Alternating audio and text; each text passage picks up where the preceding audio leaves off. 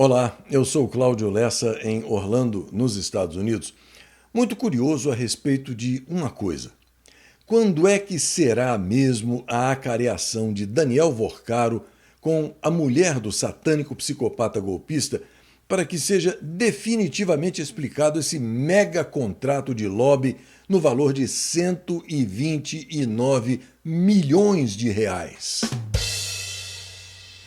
Você já se inscreveu no CL News LLC, o meu canal no YouTube? Por favor, se inscreva, ative o sininho e peça para todo mundo se inscrever.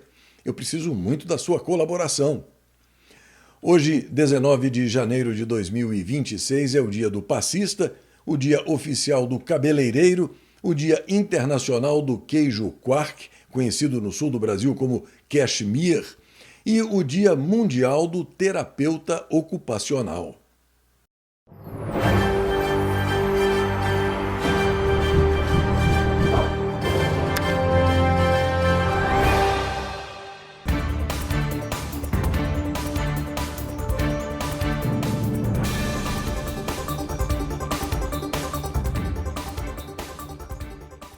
Os indicadores financeiros mostram dólar e euro operando na estabilidade, bolsa de valores recuando e Bitcoin avançando, IPCA e Selic na mesma e baixa do grama do ouro. Na Gazeta do Povo, a informação de que o deputado mineiro Nicolas Ferreira deu início a uma caminhata de 240 quilômetros para protestar contra as decisões do Sindicato do Crime Organizado e do desgoverno Petralha de ocupação.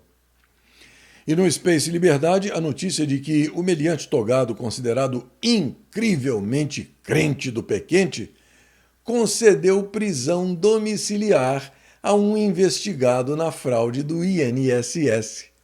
Com mais essa, fica claro que ele é cúmplice dos outros 10 na crueldade praticada contra o presidente Jair Highlander Bolsonaro. A cada dia que passa, a situação vai ficando mais insustentável para o estagiário amigo do amigo de meu pai, agora mais conhecido como Bubina, pelo fato de estar enrolado até as orelhas no caso do Banco Master. Nos jornais e nas redes sociais, a pressão é uma só. O Bubina estaria obrigado a se afastar do caso, uma vez que os irmãos dele e um cunhado fazem parte do esquema. A Marina Helena lembra que os desdobramentos são gravíssimos. O Bubina não só ficou com as provas da busca e apreensão, como afastou a Polícia Federal e nomeou a dedo os próprios peritos. Isso depois de levar o processo ao Sindicato do Crime Organizado, viajar com advogado, impor sigilo e, por fim, ter os parentes citados. Segundo o Rodrigo Marcial, este homem da foto aí ao meu lado, assusta o Bubina, o amigo do amigo de meu pai. Silvano Gertzel, ex-CEO da REAG, tornou-se o principal temor dos envolvidos no maior escândalo financeiro do Fazendão. Desde que deixou o cargo em 2025, durante a Operação Carbono Oculto, Gertzel desapareceu, não constituiu advogados e cortou o contato com antigos sócios. A ausência dele, somada à precisão cirúrgica das recentes ações da Polícia Federal e do Banco Central, alimenta a suspeita de que ele seja o delator por trás das investigações. O pânico entre os investigados cresceu após a liquidação da REAG em 2026, que revelou conexões explosivas. Dados do sistema da gestora expuseram que Fabiano Zettel, ligado ao ex-banqueiro Daniel Vorcaro, pagou 20 milhões de reais aos irmãos do Bubina, o estagiário amigo do amigo de meu pai, por uma fatia no resort Taiaiá, avaliada em apenas 6 milhões e 600 mil reais. Com 30 anos de experiência e conhecimento profundo dos bastidores da REAG e do Banco Master, a provável colaboração de Gertzel representa uma ameaça direta à cúpula política e financeira do Fazendão. Para os envolvidos, o ex-executivo detém o mapa detalhado de operações que muitos prefeririam manter enterradas. E por falar nessa encrenca de Banco Master, o Júlio Schneider diz que existem algumas conexões que precisam ser explicadas. O banqueiro português Humberto Coelho, fundador do BTA Finance, que tem sede em Dubai, aparece como um dos principais elos no escândalo envolvendo o Banco Master. E agora vem a pergunta inevitável: por que o satânico psicopata golpista esteve em Dubai com a mulher dele, advogada de Daniel Vorcaro, no meio desse cenário? Foi coincidência ou é mais uma peça do quebra-cabeça? O Paul Cavendish informa que durante o fim de semana, o Papa Leão XIV citou o presidente Jair Highlander Bolsonaro ao vivo e mandou um recado misterioso que abala o fazendão. Leão XIV baixou levemente os olhos, como quem escolhe cada palavra com extremo cuidado, e então anunciou: "E agora desejo enviar um recado especial a um filho do meu coração que neste momento enfrenta dias de grande dificuldade, Jair Messias Bolsonaro." A praça reagiu com surpresa. Jornalistas levantaram as câmeras. O mundo parou. "Filho, onde estiver, saiba que Deus não abandona aqueles que confiam na sua mão. Existem períodos na vida em que somos chamados não para lutar, mas para entregar. Entregar o coração, entregar o medo, entregar a ansiedade. Sei que este momento parece nebuloso, mas lembre-se, nas horas mais difíceis é que a fé encontra terreno fértil." A multidão escutava sem piscar. "Confie, Bolsonaro, entregue tudo nas mãos do Senhor. O que agora parece tempestade, amanhã pode ser bonança. O que parece confusão, amanhã pode ser clareza. E o que hoje é silêncio, amanhã pode se transformar na sua maior vitória espiritual." O Leandro Ruschel fez uma breve reflexão sobre o momento atual que eu compartilho com você. Ele diz o seguinte: "Um dos espetáculos midiáticos mais grotescos da história da imprensa brasileira é a afetação exibida por militantes de redação nos últimos dias diante do colapso da justiça. Um colapso em que autoridades disputam quem aprofunda mais a degeneração institucional ao proteger explicitamente promotores de esquemas corruptos com os quais mantêm relações promíscuas. Ora, esses militantes de redação apoiaram a anulação da Lava Jato e a descondenação dos envolvidos no maior escândalo da história, ao mesmo tempo em que, com entusiasmo, ajudaram a reabilitar politicamente e a conduzir de volta ao poder um de seus líderes, que havia sido condenado e preso. Paralelamente, justificaram e aplaudiram a criminalização de opositores por meio de censura e de perseguição judicial implacável, viabilizadas pela subversão de garantias constitucionais. Era mesmo tão difícil prever que o desfecho seria a consolidação de um Estado ainda mais corrompido e, pior, progressivamente mais autoritário e repressivo?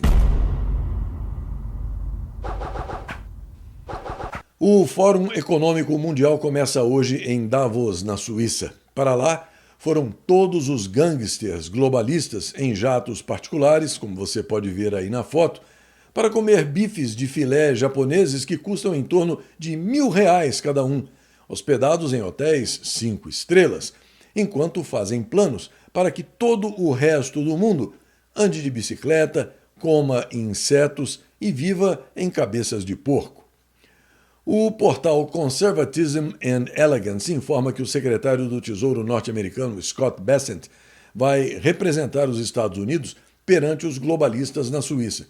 Ele disse que o presidente Trump falará sobre o que significa a liderança norte-americana no mundo e que os Estados Unidos identificam a falta de crescimento como a maior ameaça à estabilidade financeira e, por isso, pressionam por crescimento e desregulamentação. Na Gazeta do Povo, a informação de que o maior ladrão da história do Brasil não vai ao Fórum de Davos e resolveu mandar a ministra da Gestão como representante. O acordo de livre comércio da União Europeia com o Mercosul, assinado recentemente, ainda continua reverberando. A Rafaela de Biasi tem mais informações sobre esse acerto. A verdade sobre o acordo União Europeia-Mercosul. O governo Lula quer os louros de uma vitória que tentaram sabotar no passado. É a tática de sempre: herdar o sucesso alheio e mudar a embalagem para a militância aplaudir. O acordo com a Europa finalmente saiu, mas cuidado com o discurso. O governo atual quer a paternidade, mas a história mostra que eles são apenas oportunistas de última hora. Quem tirou esse acordo do mofo de 20 anos foi o governo Bolsonaro. Em 2019, a equipe de Paulo Guedes e Tereza Cristina fechou as bases técnicas que estão sendo assinadas agora. O trabalho passado foi feito com foco em liberdade econômica, não em palanque. Na época, Macron usou a pauta ambiental como desculpa para travar tudo. A verdade é que ele nunca se preocupou com a Amazônia, mas sim em proteger o agricultor francês da eficiência imbatível do agro brasileiro. Agora, o governo Lula aceita termos que podem engessar a nossa produção só pela foto oficial. A Europa impôs gatilho automático. Se nossas exportações crescerem mais de 8% ao ano, eles podem reintroduzir as tarifas. Na prática, estamos limitados a um crescimento pífio, perto do que a Europa pode crescer vendendo seus produtos no Mercosul.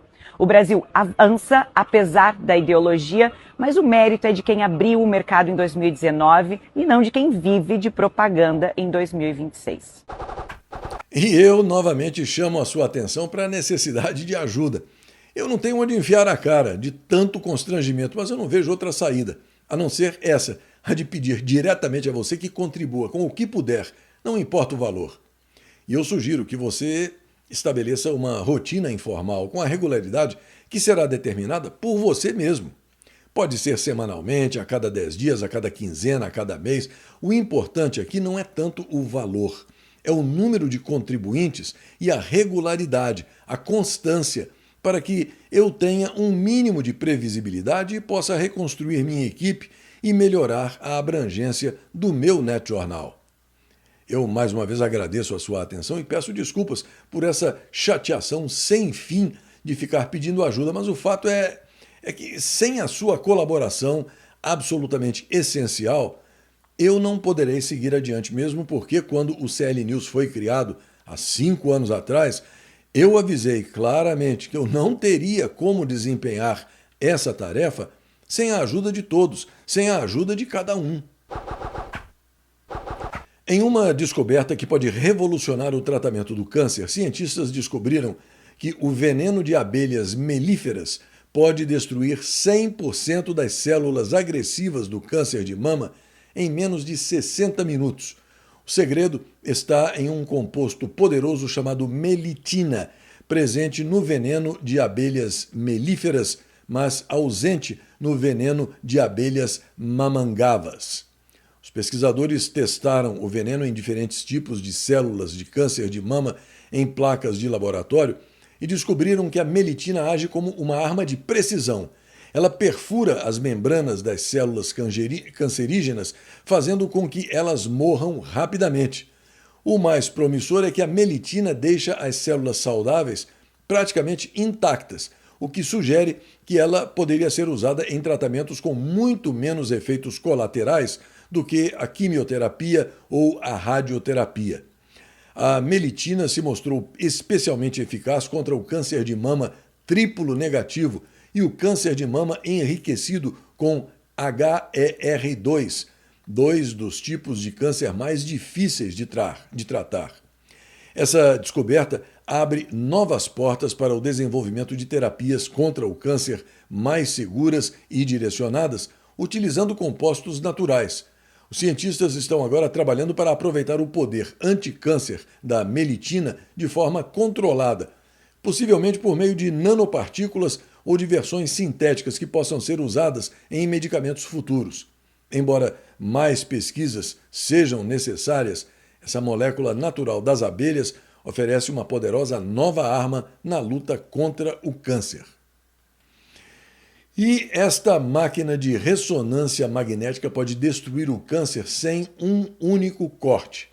Em Sydney, na Austrália, os médicos estão utilizando um dos tratamentos contra o câncer mais avançados do mundo, a crioablação guiada por ressonância magnética. Ela funciona da seguinte forma: uma sonda minúscula é guiada diretamente para o tumor usando imagens de ressonância magnética em tempo real, e o tumor é congelado de dentro para fora, sem grandes cortes, sem pontos, sem longas internações. Os pacientes chegam, se submetem ao procedimento por meio de ressonância magnética e voltam para casa no mesmo dia, sem dor, sem cicatrizes. Este tratamento é tão preciso que destrói apenas o tumor, deixando o tecido saudável ao redor intacto. Para pessoas muito debilitadas para a cirurgia, muito idosas para longas recuperações ou com tumores em locais de risco, esta é uma segunda chance de vida. E uma curiosidade: a sonda pode congelar o tecido a 40 graus centígrados abaixo de zero ou menos, fazendo com que as células cancerígenas se rompam, enquanto todo o resto permanece intacto. Alguns avanços não exigem cirurgias maiores, precisam apenas de uma tecnologia mais inteligente e muito mais fria.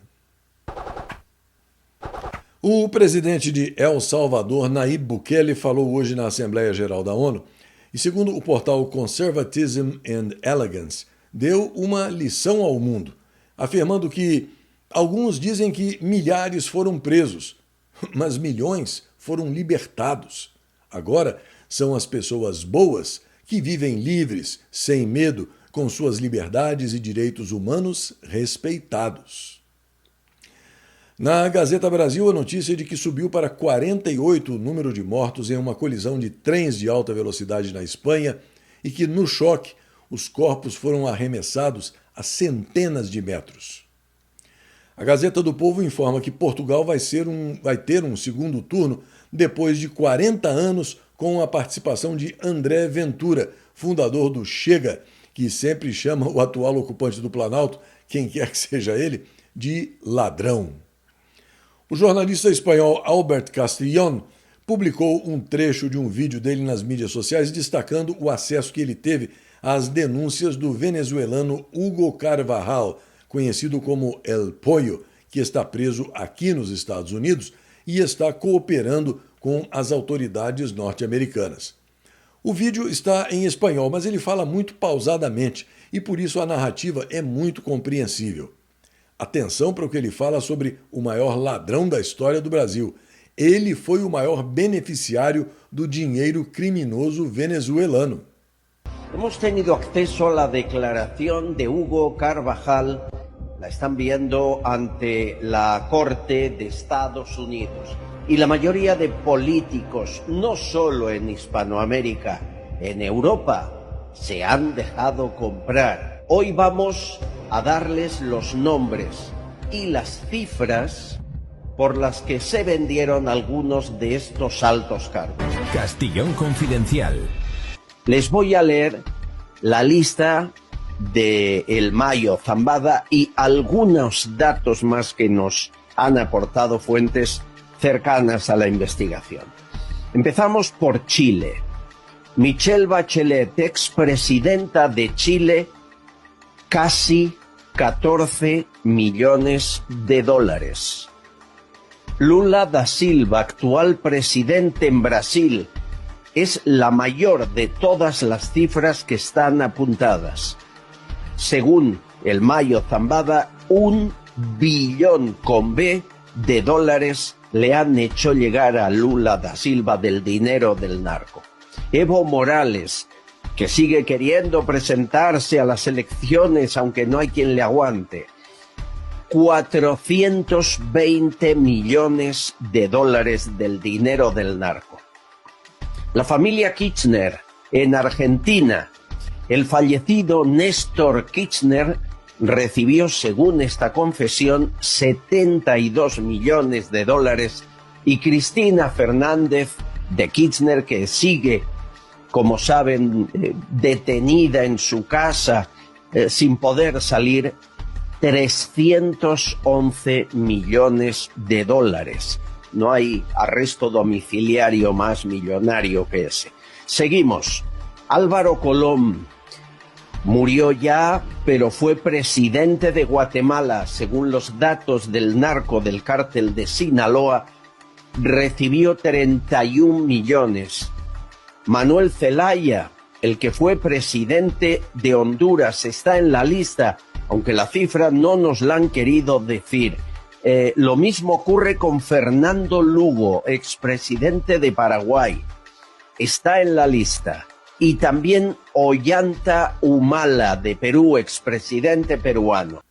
As pressões norte-americanas pela Groenlândia estão aumentando sem parar e, junto com elas, as gozações relacionadas à chegada de Donald Trump na ilha e ao esforço pífio dos europeus em defender, entre aspas, a Groenlândia, como esse vídeo que mostra os militares dinamarqueses fazendo um muro com as famosas latas de biscoito do país.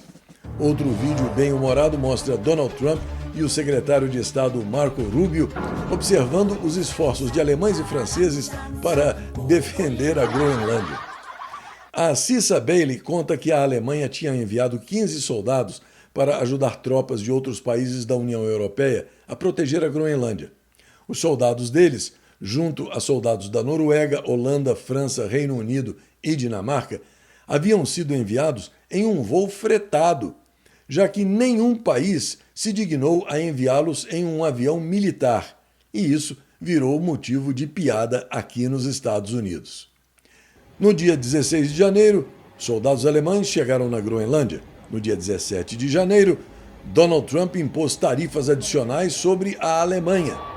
No dia 18 de janeiro, os soldados alemães foram embora da Groenlândia.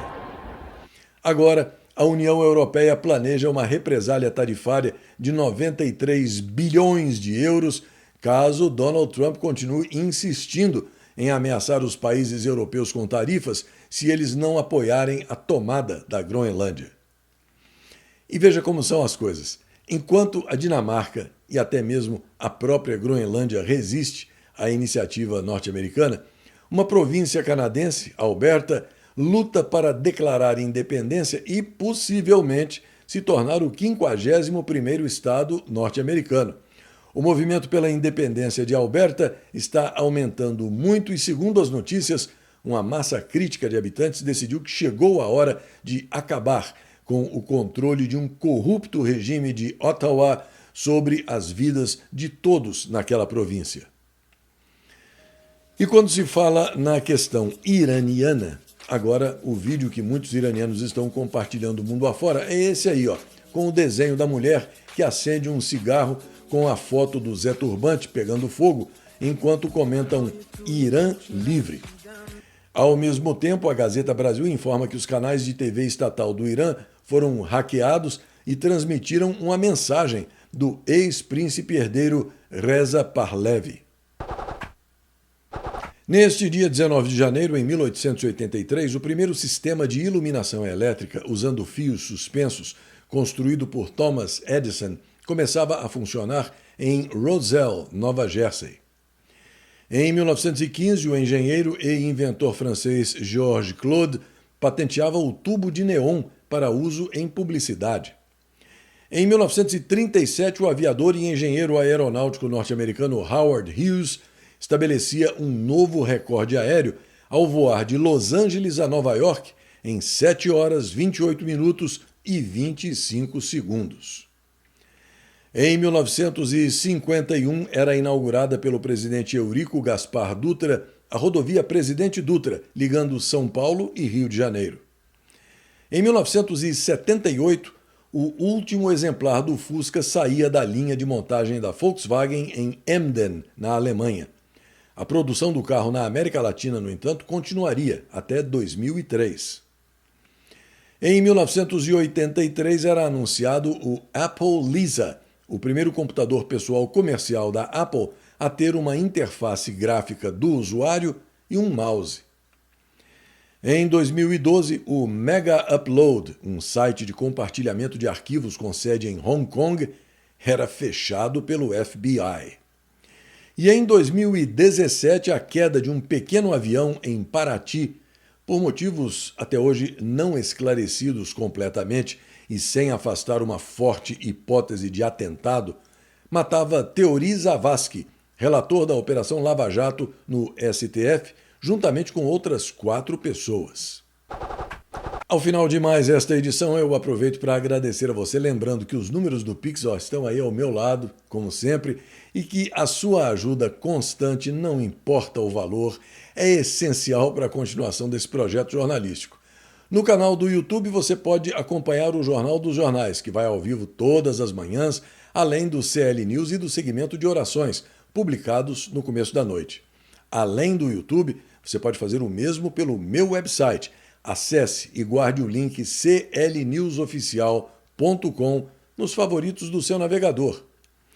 E aqui vai um forte abraço para o José R. Vasconcelos, aqui dos Estados Unidos, a Zuleika Magalhães P. Pereira, Carlos Espalma, Wagner Pimenta dos Santos, Edson Santos, Refrigeração Amazonas Limitada, Áureo Fai, Ediel Carvalho da Silva, José Navarro, o meu primo José Oswaldo Parreira Guimarães, lá de Belo Horizonte, Minas Gerais, Fernando Moura, Ideraldo de Araújo Leocádio, e para a minha queridíssima amiga Cidinha, a Maria Aparecida Escolano da Silva, lá de Ribeirão Preto, no estado de São Paulo. E mais uma coisinha. Apesar de tudo o que tem sido feito no Fazendão por psicopatas criminosos, a verdade é que prender um inocente não o torna criminoso. Da mesma forma que soltar um criminoso não o torna inocente. Até a próxima.